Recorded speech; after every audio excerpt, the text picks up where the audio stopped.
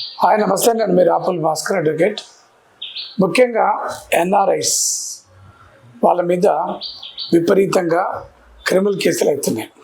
అవి భార్యాభర్తల పంచాలు కావచ్చు, ప్రాపర్టీ డిస్ప్యూట్స్ కావచ్చు, రకరకాల కేసులు నమోదు అవుతున్నాయి. ఈ ఎన్ఆర్ఐల మీద కేసులు నమోదైనప్పుడు ఇండియాకి రావాలంటే భయపడతా ఉంటారు. ఒకటి దాంతోపాటు ఏంటంటే వాళ్ళు మళ్ళీ వాళ్ళ యొక్క పాస్పోర్ట్స్ని రెన్యువల్ చేయించుకోవాలంటే ఇబ్బంది పడుతూ ఉంటారు. ఏ ఇబ్బంది పడాల్సినటువంటి అవసరం లేదు. 498A భార్యాభర్త పంచాలు కానీ, ట్రెస్పాస్ కేసులు కానీ, చిన్న చిన్న గొడవలకు సంబంధించిన కేసులు ఎన్ఆర్ఐల మీద రిజిస్ట్రేషన్ అయినంత మాత్రాన భయపడాల్సినటువంటి అవసరం లేదు. ఆ కేసులు ఉన్నంత మాత్రాన పాస్పోర్టు ఇవ్వకుండా ఆపేటటువంటి అధికారం పాస్పోర్ట్ అధికారులకు లేదు. ఆ కేసులు ఉన్నంత మాత్రాన పాస్పోర్ట్ని రెన్యువల్ చేయకుండా ఆపుతారేమో ఒక భయం కూడా ఉంది. ఆ భయం కూడా అవసరం లేదు. మీరు రెన్యువల్ చేయించుకోవచ్చు, పాస్పోర్ట్ తీసుకోవచ్చు.